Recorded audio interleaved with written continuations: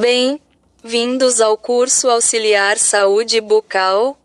Aula 3 maior que práticas administrativas nas unidades odontológicas. Primeira parte. Alunos. Foi comprovado em pesquisas que o audioaula, o som como suporte pedagógico, é um importante instrumento de aprendizado. Pois, o conteúdo em áudio possibilita que você ponha um fone no ouvido e acompanhe as aulas, enquanto realiza outras atividades do seu dia a dia, como limpar a casa, fazer exercícios físicos, deslocar-se entre lugares, dentre outros. No contexto dos estudos, as audioaulas compartilham do mesmo princípio, trazendo a praticidade do conteúdo em áudio. Então, meus queridos alunos e alunas, aproveitem desse recurso poderoso para se aprofundar nos estudos e conquistar o seu espaço no mundo. Não esqueça de baixar o material em PDF e fazer os exercícios. Dúvidas, dificuldades com o ambiente? Fale comigo imediatamente. Bom estudo. Práticas administrativas nas unidades odontológicas. A administração pode ser conceituada como a interpretação e análise dos objetivos propostos por uma organização, para transformá-los em ação organizacional por meio da utilização de recursos humanos e materiais necessários, planejamento, organização, direção e controle de todos os trabalhos já realizados em todas as áreas. Santos, 2009. O processo de planejamento em saúde pode ser executado a partir de levantamento de dados, que é condição primária e fundamental para a realização de um plano. Com base nos dados levantados, realiza-se a análise da situação e identificam-se os objetivos, as distorções e os problemas a serem sanados. Em seguida, faz-se a elaboração do plano, buscando hipóteses dos objetivos e a formulação do modelo e das medidas de implantação deste plano. Observa-se, então, a viabilidade para a implementação do processo. Santos, 2009. O acompanhamento e a avaliação constituem fases essenciais do planejamento não só porque permitem saber se o que foi previsto está sendo corretamente realizado, mas também por possibilitar a introdução de ajustes e correções. Organização do ambiente de trabalho. Todo projeto de um serviço de saúde bucal, seja público ou privado, deve ser avaliado e aprovado pela vigilância sanitária local antes de sua execução, e ficam condicionadas ao cumprimento das disposições contidas na RDC, Anvisa no 50, de 21 de fevereiro de 2002, ou a que vier a substituir. Igual a maior que para executar um projeto do ambiente de trabalho para a saúde bucal é importante efetuar um estudo prévio do espaço físico, das instalações hidráulicas, sanitárias e elétricas, como também fazer um estudo das possibilidades de distribuição dos equipamentos odontológicos. Bicalho et al. 2007.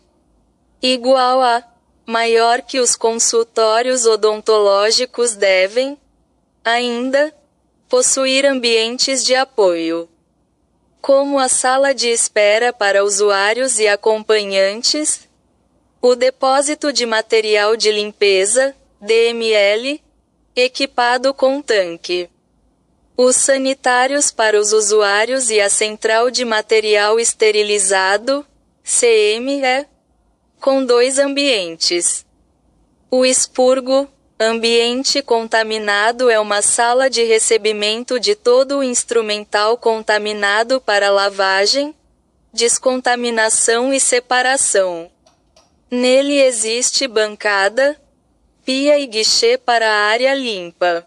Igual a maior que o ambiente limpo é uma sala que recebe o material lavado e descontaminado para o preparo, esterilização e estocagem de material, com bancada para equipamentos de esterilização. Armários para guarda de material e espaços organizados para distribuição de material. Bicalho et al. 2007. Os procedimentos executados nestes ambientes devem ser realizados com paramentação adequada mediante colocação dos EPIs necessários. Você já ouviu falar no programa 5S? De acordo com Silva, 2005. A utilização do 5S é uma possibilidade na organização do ambiente de trabalho. O programa 5S foi idealizado por Kaoru Ishikawa e criado no Japão logo após a Segunda Guerra Mundial com o objetivo de ajudar na reestruturação do país, reorganizando as suas indústrias. Primeiro S. Seiri, senso de utilização e descarte, separar o útil do inútil, eliminando o desnecessário. O que realmente é utilizado nas tarefas diárias e aquilo que raramente ou nunca usamos. Essa arrumação começa a dar sentido à filosofia de uma nova cultura. O que não é necessário pode e deve ser descartado, transferido para outro departamento, doado, ou simplesmente jogado fora. Ao iniciar este trabalho, as pessoas verão que a maioria dos objetos ou papéis guardados realmente não tem importância. Que estavam simplesmente tumultuando o local de trabalho ou ocupando espaço que servem para organizar objetos utilizados constantemente.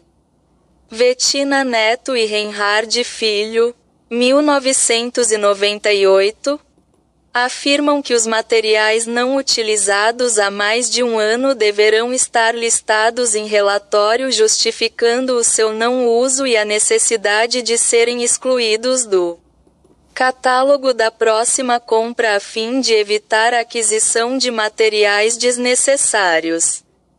Sendo recomendado que estes materiais sejam devolvidos para o almoxarifado central para que o mesmo providencie a alienação e venda dos materiais inservíveis.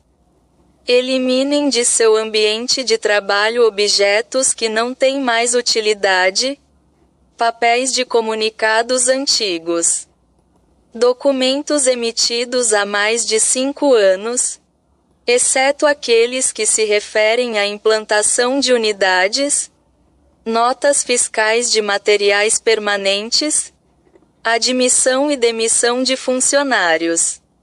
Existem, hoje em dia, várias entidades que recebem materiais para reciclagem. Procure a que está mais próxima de sua unidade e encaminhe todos os objetos em desuso.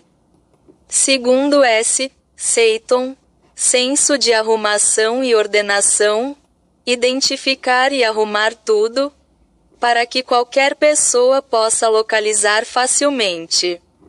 Após organizar e separar o útil do inútil, chegou a hora de arrumar e ordenar todo o material. Nesta etapa é importante classificar todos os objetos conforme sua necessidade de uso. Aqueles usados constantemente devem ficar sempre mais acessíveis do que os objetos usados raramente. Geralmente, aqueles materiais que não foram utilizados nos últimos 6 meses dificilmente serão usados no próximo dia. É muito bom que os objetos sejam identificados, rotulados para que qualquer pessoa que necessite, possa encontrar com facilidade e rapidez. Esta etapa auxilia a administração do estoque, pois os materiais são identificados com facilidade e se torna mais prático saber quando está acabando determinado item. E evita também a compra em duplicidade. Vecine Neto e Reinhard Filho, 1998, determinam que as características do local de armazenamento de materiais devem cumprir as seguintes precauções: dispositivos de proteção contra animais e parasitas, proteção contra incêndio, boa circulação de ar, disposição adequada para movimentação de pessoas e materiais, possuir área administrativa, dispor de área para produtos que necessitem de temperatura controlada, reservar uma área para produtos inflamáveis, garantir ausência de umidade e de calor ou frio excessivos, temperatura não superior a 25 graus Celsius. Terceiro S, senso de limpeza, manter um ambiente sempre limpo, eliminando as causas da sujeira e aprendendo a não sujar. Nada mais propício para a realização de um trabalho do que a limpeza. Um ambiente limpo pode até ser simples, mas proporciona conforto às pessoas que ali trabalham. Esta etapa consiste na conscientização dos funcionários que primeiro não sujem e segundo, caso sujem, limpem. Se cada um contribuir com a limpeza do local de trabalho, muitos desperdícios de tempo e dinheiro serão evitados. Implante esta cultura nas suas equipes. Usou, limpe e guarde. Quarto S, Seiketsu, senso de saúde e higiene, manter um ambiente de trabalho sempre favorável à saúde e higiene. É o senso de asseio. Cada pessoa tem que cuidar da sua aparência e higiene pessoal, justamente porque são a imagem da empresa. É importante também eliminar hábitos de comer no local de trabalho ou fumar. Coisas deste tipo incomodam tanto o cliente interno quanto o externo. Ninguém precisa usar roupas de grife, mas necessita ter cuidado com suas vestimentas. Ambiente limpo e asseio próprio. Quinto S, Shitsuke, senso de autodisciplina, fazer dessas atitudes um hábito, transformando o 5S num modo de vida. Esta última fase é a fase da aceitação e comprometimento das equipes de trabalho. Cada uma das etapas citadas se complementam. Protocolo de atendimento odontológico. Em relação à saúde, pode-se considerar que o estabelecimento de um protocolo tem como objetivo a padronização e sistematização do processo de trabalho, melhorando a assistência de acordo com as demandas do usuário, a fim de minimizar a variedade de suas práticas e a solicitação de exames e serviços desnecessários. A instituição de um protocolo no processo de atenção odontológica pode ser entendida como uma ação em 3 níveis. O primeiro nível consiste na formulação e implementação a partir da necessidade de estabelecimento de rotinas para as ações e serviços odontológicos a fim de facilitar a ordenação das ações e conferir estruturação, organização e consistência às ações e serviços. O segundo nível se dá com a compreensão formal das regras que comandam a ação ou o serviço a fim de propiciar a formatação lógica e precisa das ações que asseguram uniformidade, conformidade e responsabilidade sobre estas. O terceiro nível de uma ação social acontece na fase de divulgação dos resultados. O protocolo assume a partir do discernimento acerca das ações realizadas, a função de orientar as ações e serviços ou ofertar subsídios para a mudança da situação vigente. Weber, 1999. Registro de usuários. Os registros dos usuários, incluindo fichas clínicas e documentações radiográficas, devem ser mantidos em ordem. Quando qualquer documento tiver que ser retirado de seu local apropriado, é necessário manter um registro através de documento assinado pelo usuário. Para isso, todos os usuários devem ser cadastrados, ou por números, ou em ordem alfabética, de modo que fique fácil encontrar sua ficha clínica posteriormente. No caso da ESF, que atende ao princípio de territorialidade, os prontuários são organizados por número de microáreas de acordo com o número de famílias cadastradas. Por outro lado, nos COs que não possuem áreas geográficas de abrangência específicas, deve-se, geralmente, manter os prontuários por ordem alfabética ou por ordem numérica, sendo mais recomendada a ordem alfabética para facilitar a localização, caso o usuário perca o cartão de cadastro. O prontuário é o meio que o odontólogo utiliza para registrar todas as ações realizadas em seus usuários. Este documento deve ser construído e ordenado de forma a permitir ao profissional comprovar, em qualquer época, que o diagnóstico e tratamento prestados ao usuário foram realizados dentro de padrões técnicos aceitos e recomendados. Os prontuários devem ser assinados e carimbados pelos profissionais que executam a ação. O carimbo deve conter pelo menos o nome completo do profissional e o número de registro no seu respectivo conselho. Na ESF, o prontuário é compartilhado por todos os profissionais da equipe, permitindo, assim, que a história de saúde do usuário seja examinada e acompanhada por todos. Isto contribui para uma atenção integral. As fichas clínicas odontológicas devem ter espaço suficiente para o registro dos dados necessários à identificação do usuário, nome, endereço, estado civil, identidade, etc.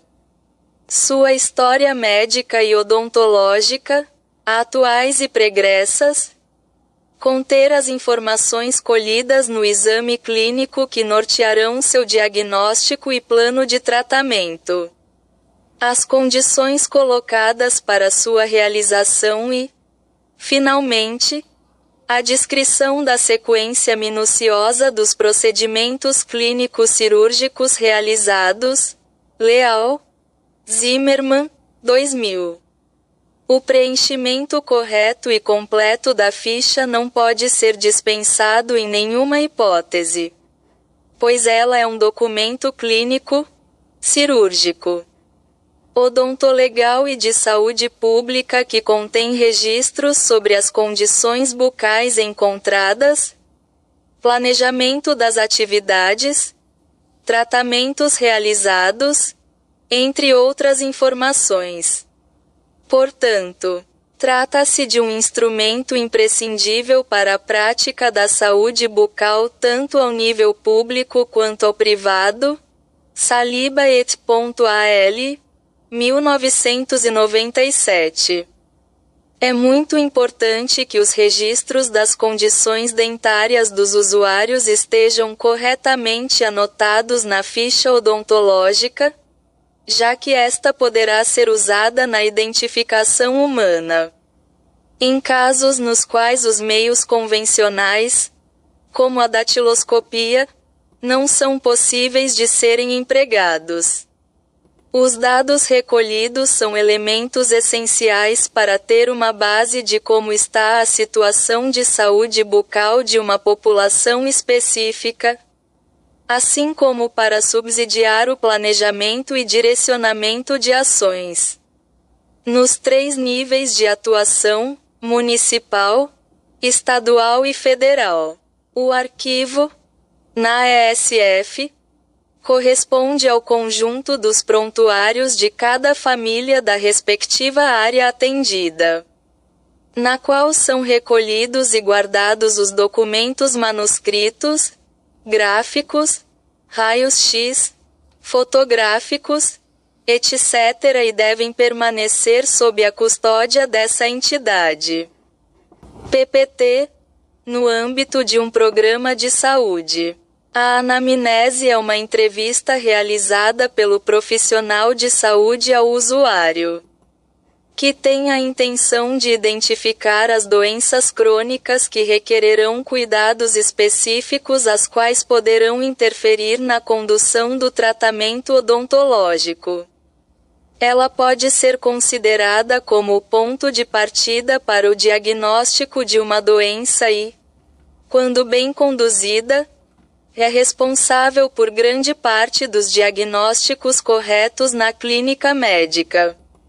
A anamnese tem a finalidade de identificar o usuário, a queixa principal, a história da doença atual, a história médica pregressa, o histórico familiar, a história pessoal e social ou a informação sobre a ocupação do usuário e investiga os diversos sistemas do usuário, o que permite ao profissional levantar hipóteses de diagnósticos. Odontograma é um esquema que representa os dentes permanentes e decíduos, os quais são identificados por meio de códigos de preenchimento pré-estabelecidos, seguindo um tipo de notação dentária, que facilita, assim, o andamento do tratamento odontológico. É um recurso utilizado para atender às necessidades dos profissionais da odontologia. Útil para a identificação das características anatômicas, das patologias existentes, perdas dentárias, peças protéticas, anomalias profissionais, hábitos e restaurações defeituosas ou não. Facilitando, também, desta forma, a identificação das diferenças individuais. Os profissionais são encarregados de produzirem as documentações e devem lembrar que estas devem ter objetivos clínicos, administrativos e legais. Todos os documentos, enfim, que sejam produzidos no atendimento do usuário devem ser guardados em arquivo próprio, conforme preceitua o Código de Ética Odontológica. Em seu artigo 17 graus, anexo B, recomendamos que todos os documentos fiquem arquivados em pastas ou em envelopes. Salientamos também que a documentação pertence ao usuário e, quando solicitada, deverá ser entregue somente a ele ou ao seu representante legal. A posse do prontuário é do usuário e sua guarda depende da vontade do profissional. Porém, é importante que os documentos que estão sendo entregues ao usuário tenham uma cópia e esta seja retida como comprovante pelo profissional. De acordo com os artigos 26 e 27 do Código de Defesa do Consumidor, o tempo de guarda do prontuário odontológico estende-se por toda a vida do profissional ou do usuário. A organização do atendimento na atenção básica às ações de saúde bucal devem estar integradas às demais ações de saúde da unidade básica. Por isso, os profissionais devem estar capacitados para atuar de forma multiprofissional e interdisciplinar. A integração do trabalho na área de saúde bucal e o fortalecimento da equipe se dão com planejamento conjunto de ações e organização das atividades programadas. A equipe de saúde bucal deve realizar o mapeamento para conhecimento das áreas de risco, estabelecer a programação das atividades clínicas e assistenciais, dando ênfase às ações de promoção, prevenção e proteção à saúde. A partir dos problemas priorizados nas localidades dos atendimentos programados e dos atendimentos à urgência e extraclínica. Acompanhar as famílias destas áreas em suas casas, durante a visita domiciliar, na unidade de saúde, atendimento, em associações, nas escolas, nas ONGs, entre outras. Auxiliar na busca por melhor qualidade de vida para a comunidade. Estamos finalizando esta aula. Faça os exercícios para consolidar o seu aprendizado. Concluindo, siga para a aula 4. Vejo você lá.